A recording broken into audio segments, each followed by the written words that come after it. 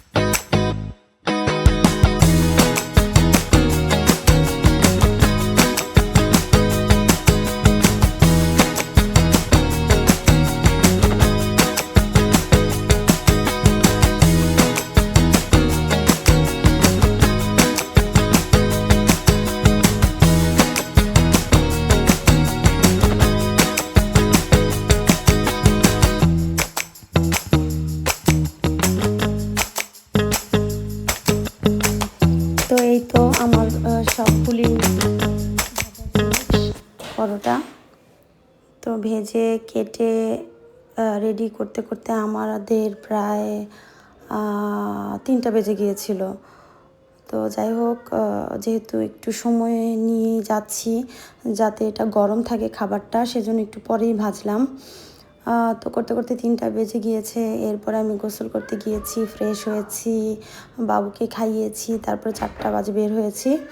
তো ওখানে পৌঁছে গিয়েছি, যেহেতু আমাদের বাসার কাছেই সাগরের পাড়। এত সুন্দর চমৎকার জায়গা, আমাদের বাসা থেকে মাত্র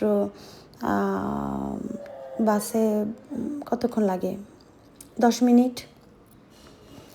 আলহামদুলিল্লাহ, আমরা এই প্রতি শনিবার খুব সুন্দর উপভোগ করতে পারছি। এত সুন্দর আল্লাহ তাআলার এত সুন্দর সৃষ্টি, এত সুন্দর সাগর, আকাশ, চাঁদ, আসলে ভাষায় প্রকাশ করার মতো নয়। এত আনন্দময়, এত উপভোগময় সময়গুলো কাটাচ্ছি। এই সামারটা খুব ভালো যাচ্ছে। জানি না আগামী সামারে কে কোথায় থাকবো, আল্লাহ তাআলা কী অবস্থায় রাখবেন। সবাই দোয়া করবেন। আসলে আমাদের প্রতিটা মুহূর্ত, যে মুহূর্তগুলো যায় সেটা ভালোই যায়। আমার মা বলতেন, যায় দিন ভালো যায়, আসা দিন আসলে তো কেউই আমরা জানি না। আল্লাহ তাআলা সকলকে সুস্থ রাখুক, আল্লাহ তাআলা সকলের মনের আশা পূরণ করুক, সকলের পরিবার নিয়ে ভালো থাকার জন্য আল্লাহ তাআলার কাছে দোয়া। এই তো তারপরে আমরা তাড়াতাড়ি রেডি হয়ে বের হয়ে গিয়েছি। সাগরের পাড়ে যেতে হলে একটি ছাতা লাগে, যেই ছাতা আর কি প্রোটেক্ট দেয় সূর্যের আলোটা। খুব প্রখর রোদ এই সময়, যেহেতু খুব সানি ডে থাকে। এই তো আমরা পৌঁছে গিয়েছি। সরি, এই তো আমরা পৌঁছে গিয়েছি এবং দেখতেই পাচ্ছেন কি সুন্দর, সবাই বড় ছোট সবাই পানিতে নেমে গিয়েছে, যে যার মতো প্রোটেকশন নিয়ে নেমেছে, আনন্দ করছে, সাঁতার কাটছে, সাঁতার কেটে আবার বাইরে উঠছে। তো আমাদের বাচ্চা যখন নামে পানিতে, ওরা তো একদম 3 ঘন্টা টানা 3 ঘন্টা সাঁতার কাটবে, পানিতে থাকবে, ডেকে উঠানো যায় না।